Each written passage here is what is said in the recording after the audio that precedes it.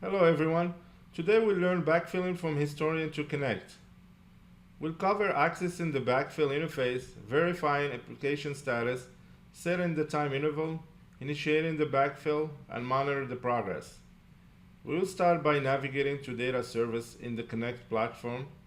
We locate the trend we want to visualize by selecting the visualization trend, and we identify the relevant data stream. As shown here, the current trend only includes data from June, but we want to visualize data starting from March, and this is where backfilling is useful. The next step is to access the backfill interface. We will have to open the File Explorer. We're gonna navigate to Program Files, Wonderware, Historian, x64 file. And then we will locate the Backfill UI application and we'll launch it.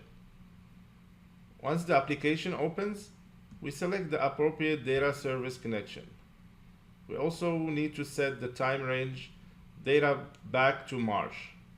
As displayed here, after configuring the time interval, we click to start the beginning of the backfill process.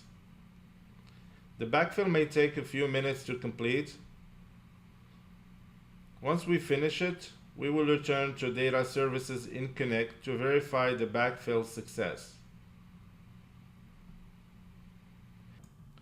As you can see here, the trend now includes all data from March onward, confirming that the backfill was successfully implemented.